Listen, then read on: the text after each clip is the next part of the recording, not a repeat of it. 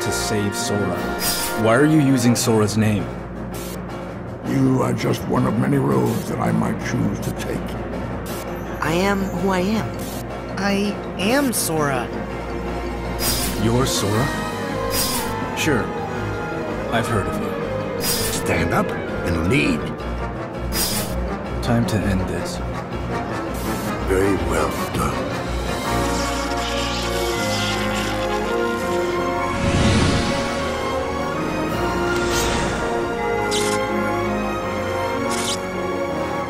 Kingdom Hearts Phase 1 is complete. With the supposed final defeat of Xehanort at the end of Kingdom Hearts 3, the Dark Seeker saga has come to a close.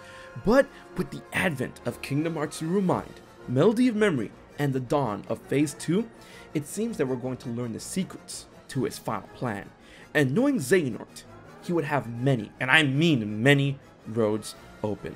And thanks to these various secrets, it could be possible that a fan favorite moment within Kingdom Hearts 3 can hold a horrific truth to Sora carrying on Xehanort's legacy, and who would stand in his way. Hey everyone, it's HMK once again with a huge Kingdom Hearts 3 ReMind theory aiming to the future of Kingdom Hearts and the relationship between the three important characters. I had a ton of fun putting this together and I hope you guys enjoy it, and I want to thank Miss Tenebrae for providing the juice to my brain that allowed me to put all of this together. Trust me, this is going to be a wild ride that will open the door to the possibilities of what Xehanort is planning after his death. So with that being said, strap on in, let's dive directly into the darkness. So, this theory crept into my mind and started to connect all of the lines together thanks to the final scene in the final Melody of Memory trailer, in which we see a despondent Sora in the final world, where we last left him after Kingdom Hearts 3 ReMind, after sacrificing himself to save Kairi using the power of waking. This moment in time is incredibly unsettling that acts as the foundation as to what is to come with Kingdom Hearts and contains a couple of key elements that we've seen before. These things to notice is that obviously Sora seems pretty down, as if he lost himself. He's pretty much been alone while cognitive for a little too long, as it's been a whole year since he's gone missing from the others, but we've seen something like this before, with Kingdom Hearts 3 in fact, where upon believing they found Terra in the Keyblade graveyard, Aqua quickly notices that although Terra's eyes don't reflect the gold tied to Xehanort, that is indeed not Terra. It is only then Terra Xehanort truly reveals himself with his known features. But if I'm going off that tangent, then that would mean I would be pointing at the notion that Sora could be a Xehanort vessel, perhaps his last known vessel, but of course it doesn't end there. As a little cherry on top, Square Enix decided to give a very specific invert effect on this despondent Sora, in which, yep, you guessed it, Sora's eyes turn golden on a specific invert frame. That is the next piece of the puzzle, but ladies and gentlemen, it doesn't end there. We need more proof and connections to this endgame as we reveal it. As looking forward to the future of Kingdom Hearts, we also need to look back to the past and see how times connect. This famous tagline, currently from Melody of Memory, notes as, "Melodies and memories hold the secret of his final plan." When it comes to what is paired with this chillin' omen, we get glimpses of Kairi's childhood, along with an experiment put into motion by one of Xehanort's many selves, specifically Apprentice Xehanort. This may be part of the key to Xehanort's final plan, a posthumous plan. But when we're talking about the many plans and roads that Xehanort had and still has open, and even with the catalyst being Apprentice Xehanort, this harkens back to a bold claim that Master Xehanort spoke of that still holds true to this day, back in Birth by Sleep during the Blank Point's secret movie, in which Xehanort states to Terra, while disputing control over the being of Apprentice Xehanort, that he is just one of many roads that he may decide to take. Trust him, he's made certain of that. That chilling claim holds true when it comes to the tenacity of Xehanort's character, having many backup plans and contingencies in place for every possible outcome, even as revealed in his death, with the entity of Apprentice Xehanort being a supposed focal point in Melody of Memory, along with the fact that Apprentice Xehanort in reality is an adapted form of Terra Xehanort. The scenario of blank points in Birth by Sleep and the promise of his final plan in Melody of Memory truly reflect each other, as well as the coinciding predicament of Terra and Sora in their respective aspects. Terra being despondent in Kingdom Hearts 3, and Sora being despondent in Melody of Memory. Is Sora one of the roads left open by Xehanort? Remember that specific invert? I believe so. That, as shown in his youth all the way till his death, Xehanort thinks of many moves ahead for his endgame, like playing a game of chess. Sora is truly the final piece, but why, where, and how did he possibly get to this endgame? Here is the chilling piece to the equation. It is all thanks to the Keyblade. In Xehanort's final act of defeat, when he was bested by Sora at the end of Kingdom Hearts 3, he relinquished the Keyblade over to Sora. While many took this gesture to be an honorable last action of the Kingdom Hearts antagonist, it comes with some severe hidden consequences that virtually no one is looking into. The question that's consistently getting asked is if Sora still has the Keyblade or not. While this is a valid inquiry, the polar possibilities still play into this theory. With one is that Sora still somehow has the Keyblade, and there is no reason thinkable or feasible for the Keyblade to disappear after Sora uses it to close Kingdom Hearts, as this was the true Keyblade and not an unstable copy seen in Birth by Sleep. As Sora never truly attests to the pursuit of pure power or destructive or ruling ability, he probably has no reason to brandish the Keyblade after Xehanort's defeat, and opts to use his more familiar Kingdom Key, possibly regulating to be its keeper, confident in his own abilities to keep it out of the hands of those that would abuse it, which could be a backing reason to his resignation to sacrifice in the final world. Or conversely, 2 is that Sora does not have the Keyblade on his person at this point in time, and it probably either dispersed with the help of the other Guardians of Light, or he left it behind in the past Scala ad Caelum. Either way, the fact is that Xehanort gave it over to Sora, and Sora did indeed use it to close Kingdom Hearts. The problem with this is that it could lead to the possibility of Sora being tainted as Xehanort's final endgame plan due to the components of the Keyblade. The blade itself is constructed from 7 lights and 13 darknesses, who clashed in the Keyblade War at the Keyblade Graveyard. These lights and darknesses in reality are essence of the heart, and while the 7 Guardians of Light are in fact different people with hearts linked to Sora, the 13 darknesses are all Xehanort, either a form of Xehanort or someone that has been brought under his influence by holding a fragment of his heart, effectively becoming a Xehanort vessel. These are the 13 components that made up the Keyblade, 13 hearts of darkness that reflect that of Xehanort, and Xehanort gave all that to Sora at the end of Kingdom Hearts 3. It could be possible, thanks to this final act in his life, Xehanort handed over exactly what he needed in order to execute his final plan.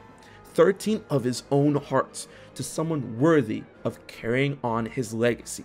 Someone who had the strength, the determination, and heart capable of continuing his work. Someone that could prove to him by besting him in combat. Indeed, this idea of Xehanort truly choosing Sora to be his final vessel reflects that of Terra being chosen as his vessel during the time of Birth by Sleep. Terra's darkness was a suitable arc, and Terra bested him in combat, thus finally proving to Xehanort at the end of Birth by Sleep that Terra was the suitable vessel. But you might ask, Sora did not display this level of darkness. Are you sure about that? Within the final fight against Xehanort, Sora does display his own powerful darkness, as at one point during the battle, Xehanort uses the Keyblade to steal Sora's light, thus forcing him into Rage form. Now, although Rage form is coined by Nomura as a form that is powered by Sora's anger over anything else, the lack of light can only leave darkness in Sora's prowess, and the attack that Sora uses to return to normal is literally return to light. It is at this point in the battle that Sora truly shows that his darkness is that of a powerful one, powerful enough to impress Xehanort and solidify his choice, especially since Sora's darkness was able to brave and cut through the light that the Keyblade was able to produce. With that in mind, it becomes clear from their battle and final conversation that Sora was going to be the one Xehanort decided on to continue his work and carry on his legacy by handing him the Keyblade, a weapon made of 13 of his own hearts that can easily find their way to Sora somehow, and perhaps that this was truly the revelation to the truth of his final plan, as hinted in Melody of Memory.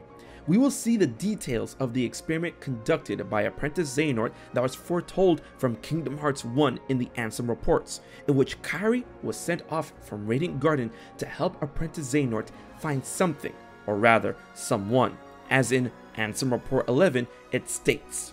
Furthermore, the doors can be locked by using a Keyblade, making the heart forever unattainable. I must take action before the wielder of this key appears in this world. If the princesses and the Keyblade are connected, they should resonate. I have chosen a girl. I don't know if she holds the princess's powers, but I will find out. She may lead me to the key bearer. I shall set her free and observe. This is the truth. This is the fruit to Xehanort's final plan. He knew that the princesses and the Keyblade are connected and that they should resonate. If he were to experiment on Kairi, then that would lead him to the key bearer. He wasn't truly looking for the Keyblade. He was looking for someone who would wield the Keyblade. The key bearer, his final successor, his final plan. It was a long game needed to go into play for Xehanort to have the ultimate backup for the ultimate promise that his plan to reset the universe would go into effect one way or another, even in the scenario of his death. This long-winded plan would eventually lead him to someone worthy, and that someone was indeed found by Kairi. It was Sora. It has always been Sora. But the immense implications of this go beyond that of the end of Kingdom Hearts 3 and Melody of Memory, where Sora is still trapped in the final world. Another player comes into the conundrum that can be the salvation or condemnation of Sora, and that is Yozora. The night sky truly has a goal in mind for Sora, and it may not be the arbiter of random fate that many believe, as Sora and Yozora were truly destined to meet.